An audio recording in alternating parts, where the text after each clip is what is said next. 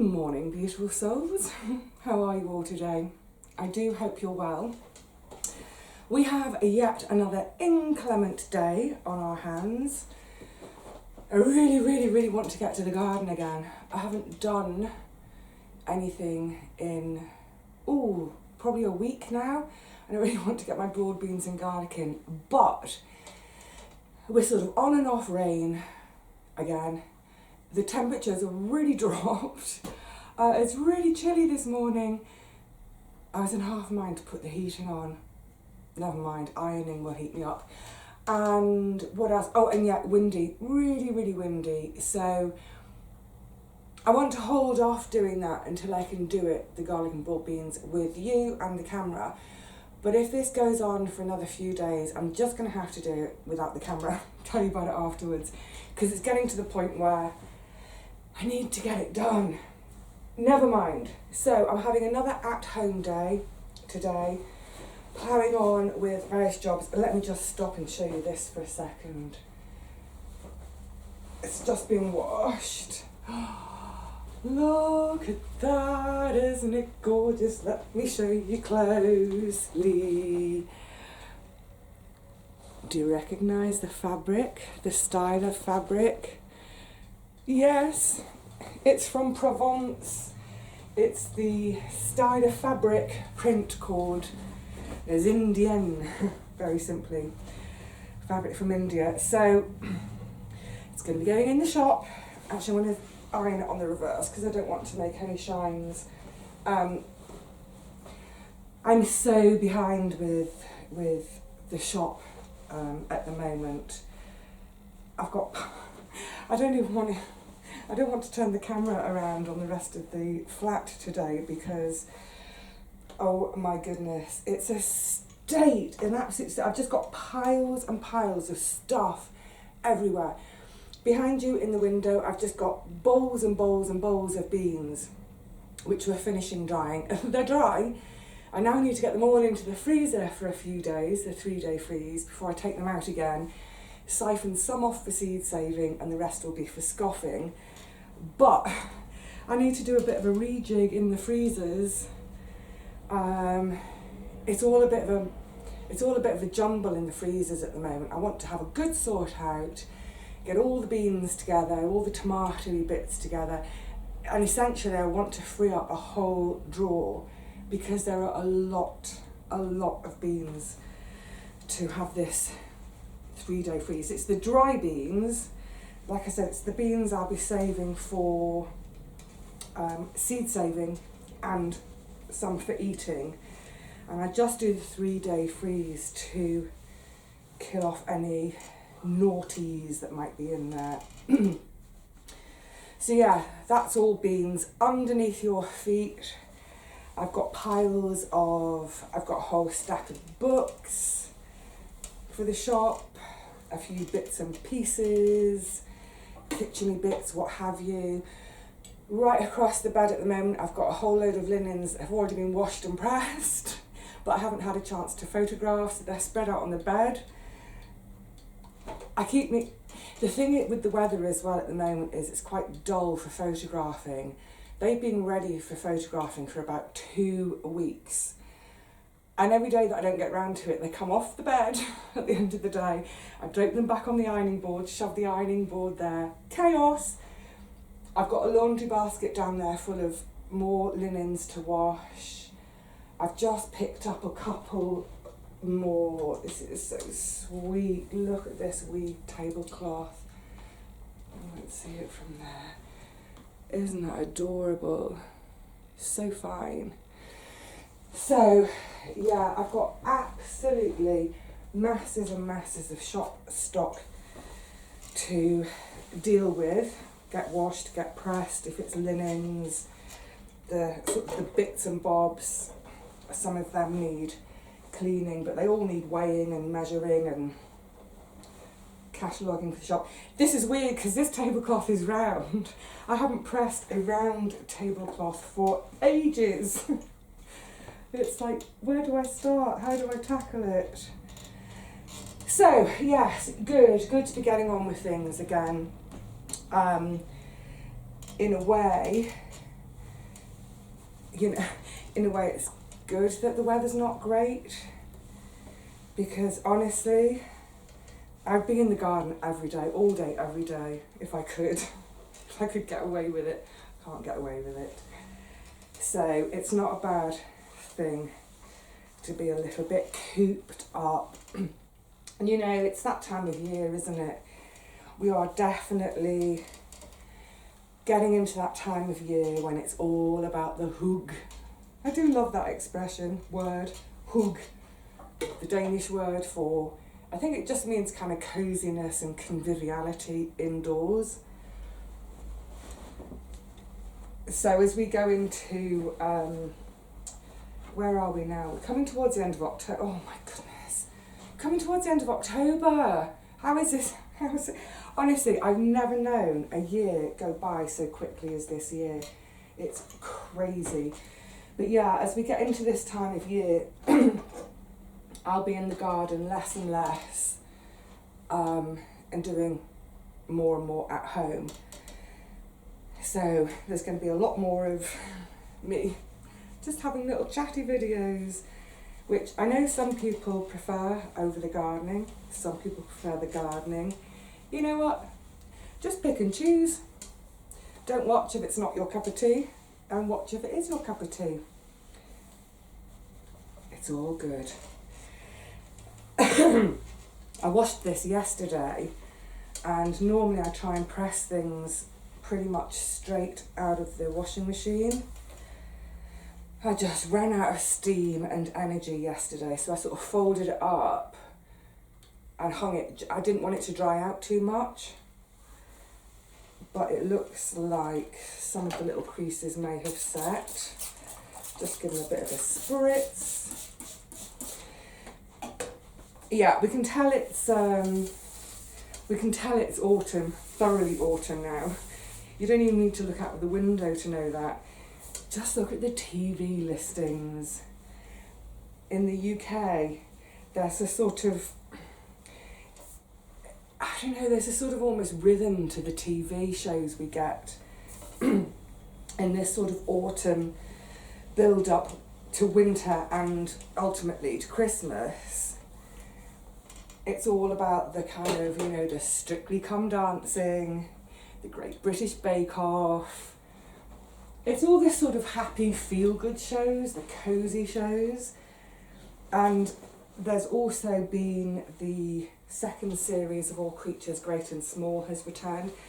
I haven't managed to see any of it yet. I think it's, what's the catch-up channel for it? It's really great. Most of these shows, hang on, squirt, squirt, squirt.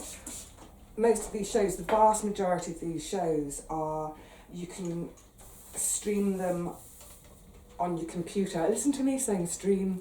Yeah, you can stream them on your computer for free. Things like All 4 does all their Channel 4 programming. Is it called My 5, I think, for All Creatures Great and Small? Doesn't matter. Anyway, I haven't actually managed to see any of the second series yet, but it will definitely be on my radar as the evenings get darker and darker and wetter and wetter.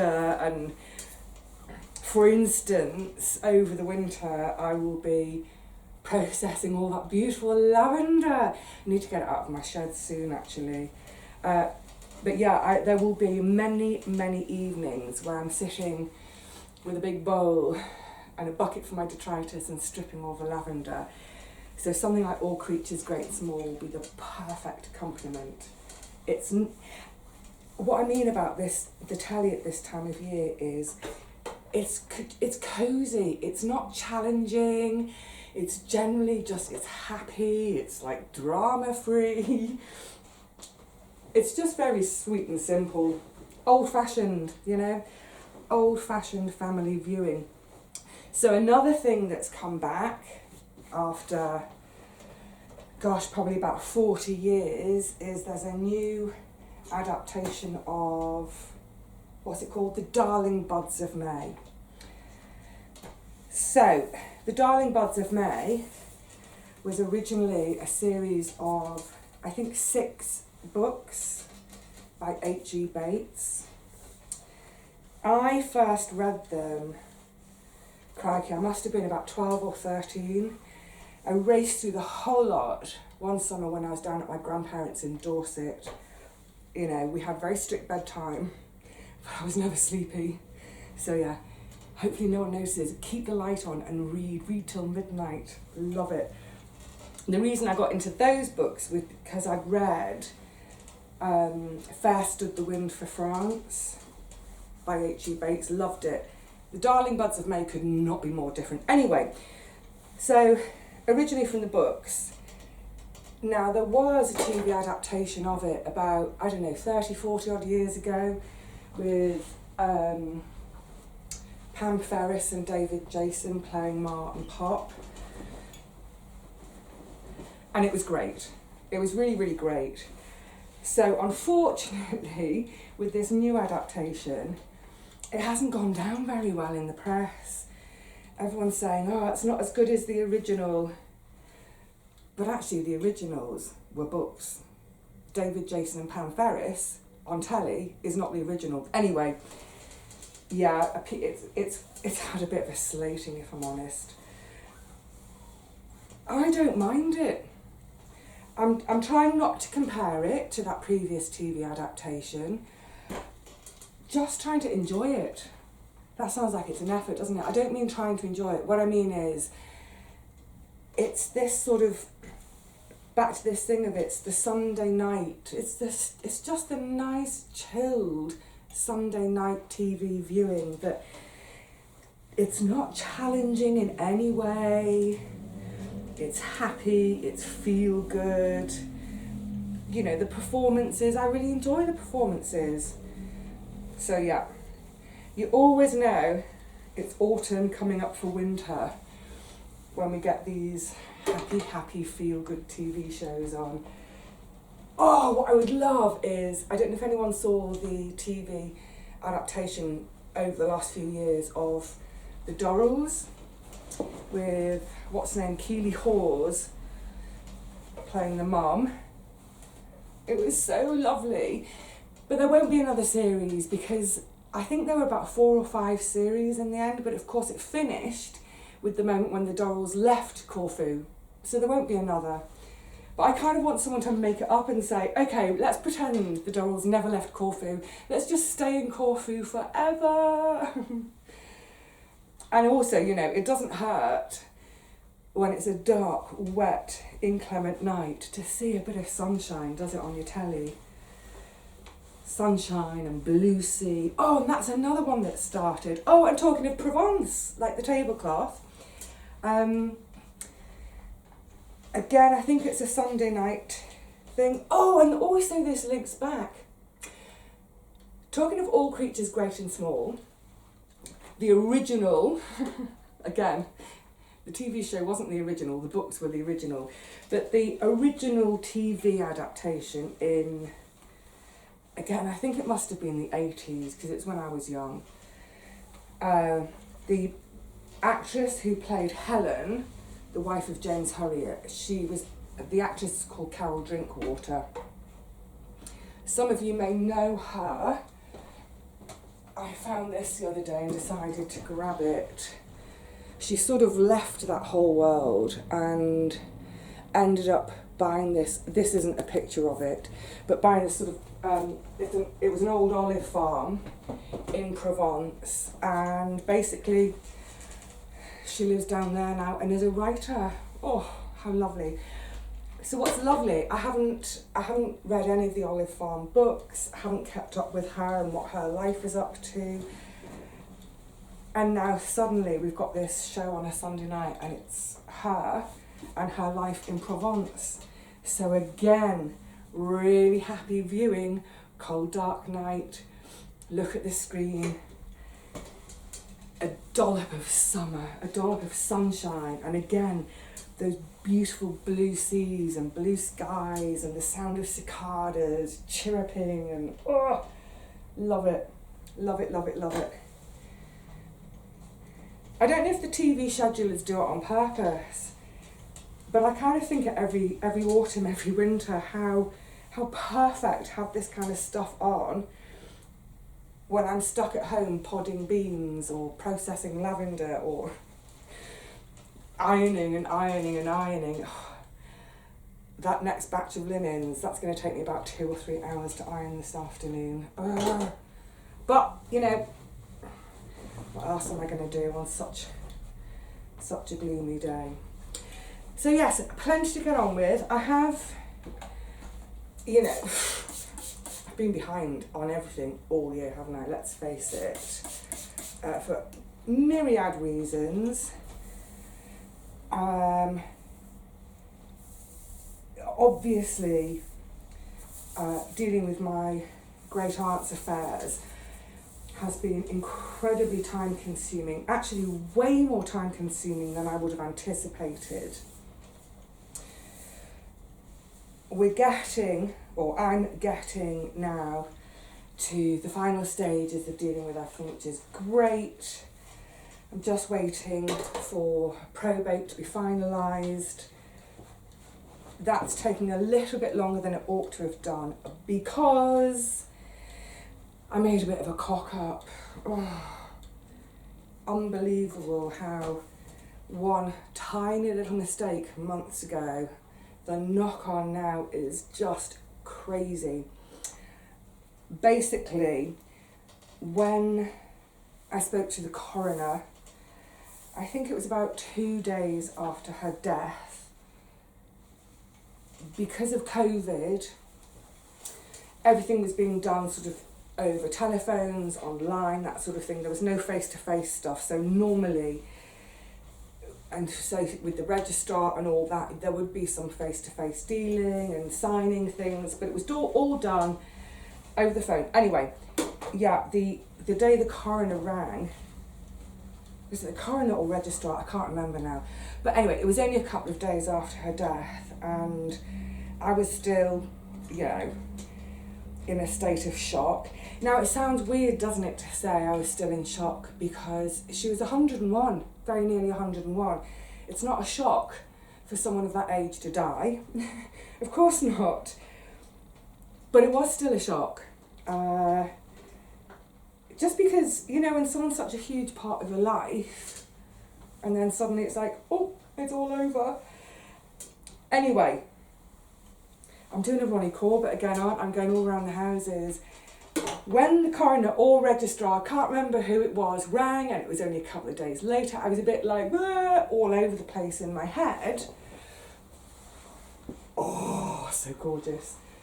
I wish if I had a round table, actually if I had a table of any size, I'd be keeping this for myself. When the coroner rang, Vivi, get back to the point. Basically, I gave the wrong birthday by 2 days. I said the 28th of the month instead of the 30th.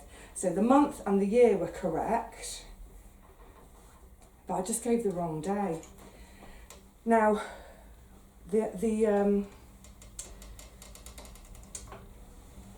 you know, things processed, things carried on, and after a few days I got the death certificate. And actually, this is a top tip for everyone, get multiple death certificates, because everybody wants a death certificate. So the death certificates came through, great. That meant I could do the next step, and next steps, and next steps. Pretty busy with it all, and hadn't got to the stage of applying for probate. And I wanted to do the probate myself rather than hand it over to a solicitor, because I thought, you know what, I'm intelligent enough, surely I can handle the probate. Great. So that got to that stage, and again, so much of it is online. I don't like that bit of things because, you know, you fill in a load of boxes and you get to the end of the page and you press next because you want to go to the next page and the next bit of form. And then there'll just be like a red box appears on the page you've just done because you've not filled something in properly, but you don't know what it is. It just won't let you proceed. So yeah, I'm not a fan of doing everything online. Anyway, did all that. So did all the online stuff, and then I heard back from them and they said, right, okay, this is the stage at which you need to send us I think I had to send the death certificate, a copy of the will to show that I'm executor. I had to send my passport to show my ID. Also, you know all these kind of hoops you end up jumping through. So got that all sent off. Brilliant, tick, another job done. And then a few days later, heard back from them. They emailed to say, "Dear Miss Gregory, can you explain the discrepancy of the date of birth on the death certificate and the date of birth on the online form I'd done?" And I looked, so I hadn't even looked at the death certificate in that much detail ever since I'd got it. And I looked back and I thought, oh my goodness, I've done the wrong birthday on the death certificate. So I immediately emailed back to the probate people to say, oops, my bad. The birth date is the one from the online application form. Sorry, got it wrong on the death cert. Of course, they can't accept that. So then I have to get the death certificate changed. Oh my goodness. So what I would say to anyone who has to go through this process, on the day that you're giving details to the registrar, make sure everything is absolutely right. The spelling of people's names, all their middle names, the spelling of the address, the date of birth. Anyway, cut a long story short, I spent almost a whole day on the phone trying to find out how to correct the death certificate. I made the first phone call and had an automated response. So few people are back in offices working still, it seems. Automated response to call a different number. Called that number, gave me 9 different options, none of which were the one I needed. Went online to see, right, can I find this out online? Government website is usually pretty clear and useful. That actually didn't help. Found a different phone number, actually spoke to a human, and I told that human, thank you for being there. They gave me another phone number. Anyway, you get what I'm saying. But eventually I spoke to a gentleman at the registry office down there. He told me what I needed to do. I had a little cry on the phone with him. And I think it was just from frustration to spend a whole day getting nowhere. I don't have time to spend a whole day getting nowhere, That whole day, I'm not earning anything to pay my bills. It's kind of scary. Anyway, he was great. He completely understood me being a bit emotional on the phone.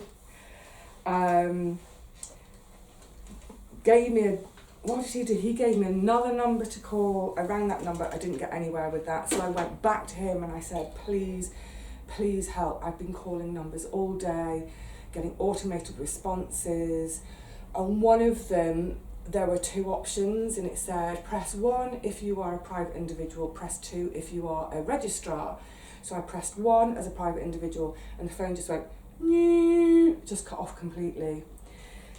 Anyway, he was great and he emailed me everything that I needed to do. And then I was supposed to drop everything off in person. Oh, and in the meantime, I had to get hold of her birth certificate because, of course, there's no birth certificate in her papers. Like a piece of paper from 100 years ago. Is that still going to exist? Well, it didn't. So by then I had applied for a birth certificate and he explained to me that I would need to take both the birth certificate, the original death certificate, my statement as to why I'd made the mistake, take it all the way to the registry office in Dover. I said to him, I can't get to Dover. I said, I don't drive. I can't get to Dover. I mean, I could on the train, but I really don't want to be taking any more public transport than necessary. And also time. And he was great. He said, right, okay, post it to me. I'll deal with it. So I spoke with him a couple of days ago. He's received everything. Everything is as it's supposed to be. Now, the change, but this is what I mean about people not in their offices. It's he has to then send it on to the general registry office, and he said it usually takes about 4 weeks for him to then get it back. Once he's got it back, he will then send it to me. Once I've got it, I can then send it to probate. It's my own fault. It was my mistake back in March. But honest to goodness, that's what I mean. I think, it's tricky as well, isn't it? Because obviously, when anyone dies, however much it's expected, it still sends us off kilter a little bit, doesn't it? And it's in those first few days when, death certificates are being produced. I think it must be so easy to make a mistake. So yeah, heads up, folks. If you've got to put in the details on the death certificate, just get it right the first time. Nearly there with this one, then we can have a sit down because I want to say a few thank yous as well. But yeah, in terms of wrapping up all my Great Aunts affairs, I was down there again last week, and I think that was my last visit. One of the excuse me a sec. One of the huge things, of course, when anyone dies, and it's not like she died and she's got a partner still living there, whatever, and also with her not having children of her own, I think she adopted me as her grandchild. It's that thing of, well, what am I going to do with all this stuff? It's a whole home full of stuff. It's a small home, a very humble home, but it's still full of stuff. And, there's only so much stuff that relatives would like.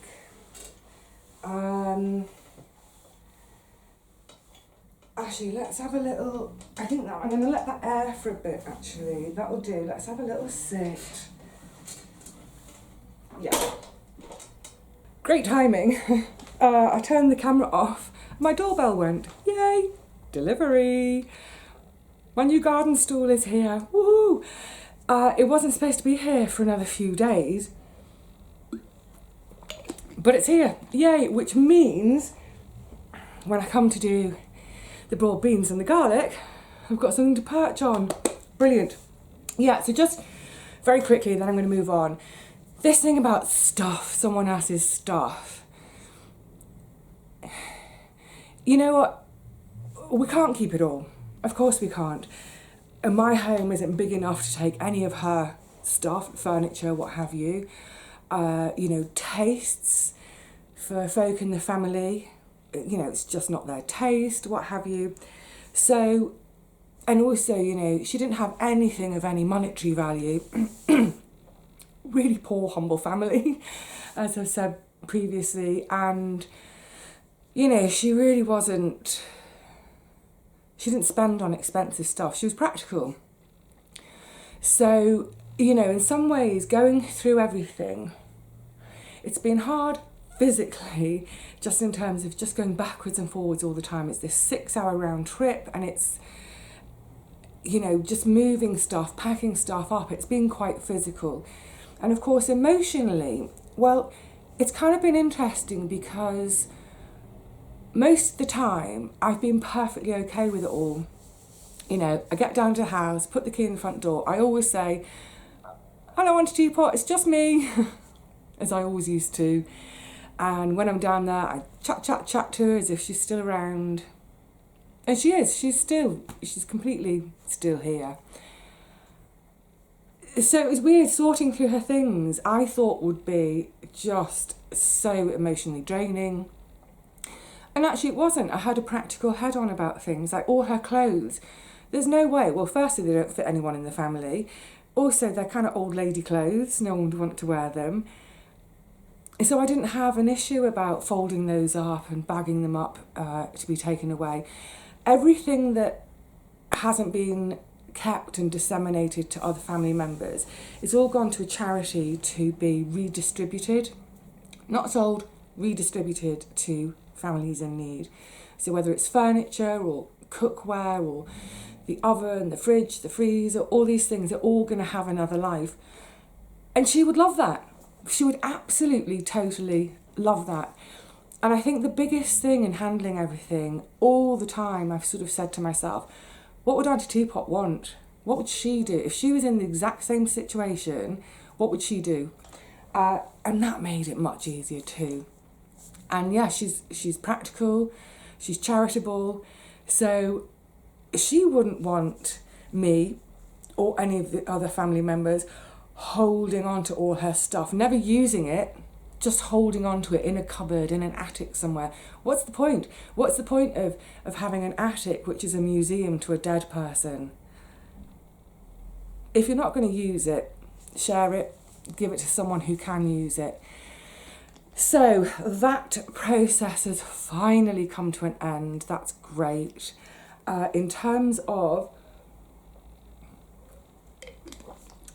me keeping something for me, obviously different family members are getting different things.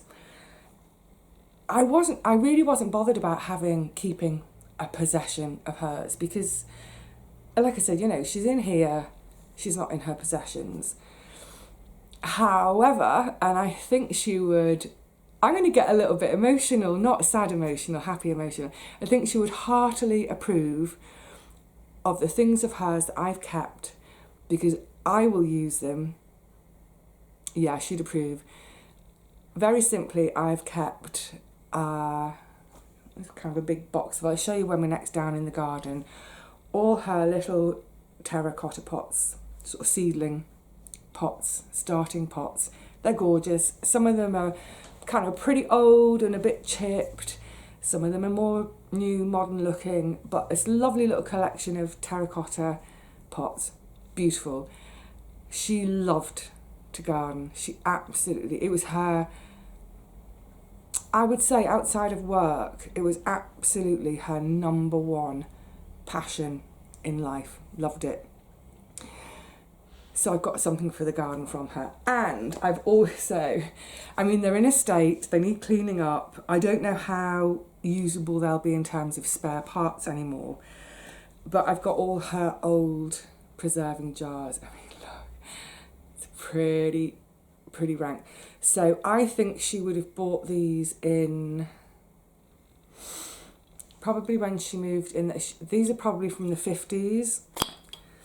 So screw band. Look, it's the ones with it's the glass tops, and then you would have bought a new rubber seal each time. So glass top, rubber seal, glass top on, and then the screw band. Now, I think there's about 30 of them. Half of them haven't got the screw bands, none have got a rubber seal. Like I said, I don't know if they're even available still, but I thought, and I'm already picturing them in my new home whenever that happens, is even if I can't use them for bottling, canning, I could use them for storing dried beans. I can use them for all sorts. I could use them for odds and ends of cotton reels, and yeah, lovely. So utterly practical. I think she'd approve. And that's it. Her preserving jars and a few seed starting pots. I will enjoy using them and thinking of her. I think of her all the time. There's hardly a day goes by when I don't think of her. That's probably inevitable at the moment as I'm dealing with things, but hopefully, like I say, I think last week's visit down there, I think that was the last one. I hope so, because it has been exhausting. It's been exhausting, and just in terms of the time, well, as you know, I've kind of missed days and days and days in the garden. That's okay. I've kind of managed and caught up, so that's fine. I've missed days and days and days doing my shop stock. I haven't done any sewing, needle and thread sewing, since February. Crazy. Honestly, I had no idea back at the end of March when I was starting to do all this, I had no idea how time consuming it would be. Someone did say to me, one of you guys, I think it was in about April or so, that, you know, doing probate for someone's estate, it's pretty much a full-time job. You know what? You were right. It's been my privilege though. Honestly, it has been my privilege. It's driven me insane at times because of being time consuming. But as I've kept sort of saying to myself all along, Vivi, this is your last act of love for your great aunt. And yeah, it's a privilege. It also has made me think a lot. I've talked about this before. You know what, I might leave some other bits for another day because I realise I've got on one.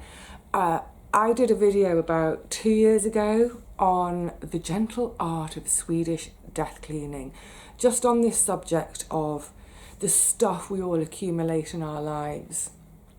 Now, I generally don't accumulate a lot. I don't have the space to accumulate a lot. And also, I'm not an impulse buyer. You know, I don't buy for the sake of buying. If I buy something, it's because I need it to replace something that's broken beyond repair, like the garden stool, or, yeah, I don't have a lot of stuff, but I still do have quite a bit of stuff. And throughout this process with Teapot, I was thinking, not in a morbid way at all, please don't think this is in a morbid way, but I was thinking, right, if I drop dead tomorrow, then in my will, and I need to update it actually, but everything is left to my sister, and she's my, what's it called again, the word? Executor. I've just left it all to her, and I was thinking, wow, what would she do with everything? I'll have to have a word with her about, you know, what things have value that she should try and sell. But, you know, it's that thought of, you know, maybe the things of value I should sell myself now. I can set that money aside into a fund, and that can be, you know, my nephew's inheritance, or my pension if I live much longer. But yeah, I just look around and I think, you know, with my furniture, would she want any of my furniture? It's all a bit, you know, it's very much my taste. I don't think it's hers. Some of it might be. What would she do with everything? And then, if she doesn't want anything, she's got that palaver of having to get rid of everything.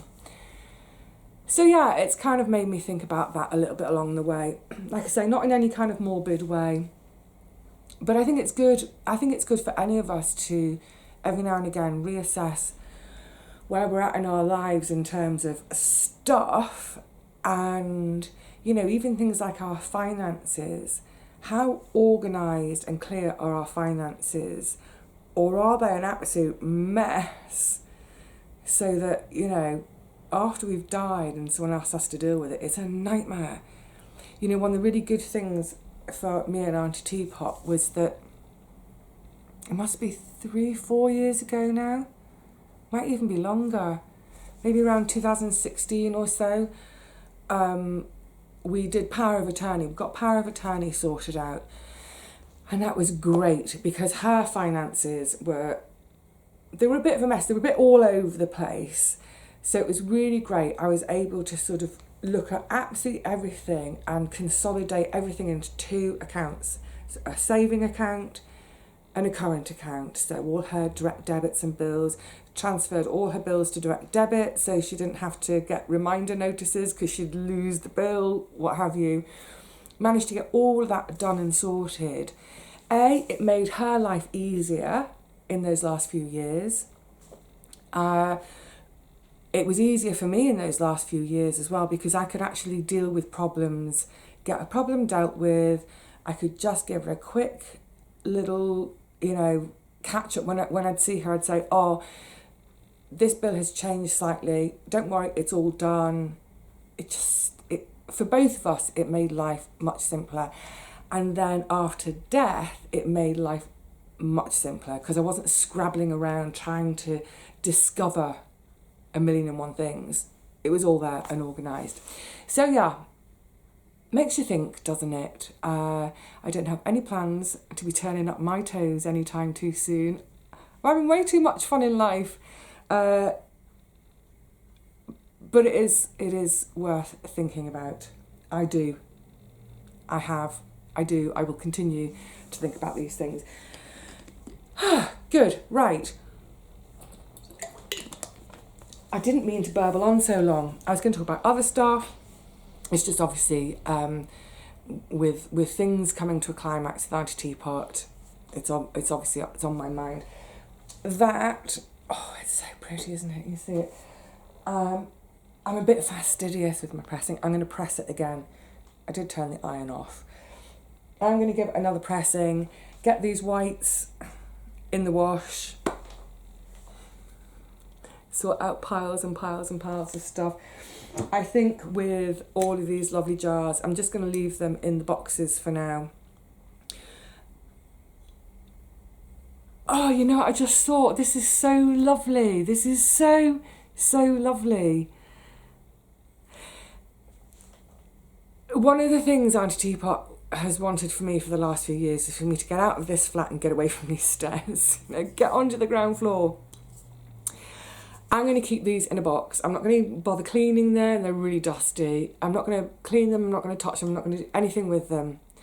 When I move to my new place, which, by the way, I know folk keep asking, it's not going to be until at least May or the summer next year. I've still got too much to do here. I'm going to box them up, put them away. I'm not going to take them out until I'm into my new home. And they can be like my house-warming gift from her old house to my new house. She would love that. She would really love that. Oh, happy days. Thank you, Auntie Teapot. Thank you. I'm not going to get sentimental about killing the jar. All right, my lovelies. Hopefully I'll see you all again really soon. Hopefully in the garden. Let's get these blimmin' broad beans sown. The ground is going to be sopping though. I'm kind of nervous because of what happened in May. I've never had seeds rot in the ground before, and that happened in May because the ground was so wet. Hopefully where I've netted the beds that I've prepared, hopefully those nets have just kept the worst of the rain off, the worst. But yeah, hopefully next time you see me in the garden, sowing and planting with my new garden stool. Fantastic. Life is good. All right, lovelies, look after yourselves. Yeah, go and have a bit of a rummage in one of your cupboards you haven't looked in for ages, and just make the decision once and for all to get stuff cleared up and cleared out. I'll see you all again really soon. Until then, bye for now.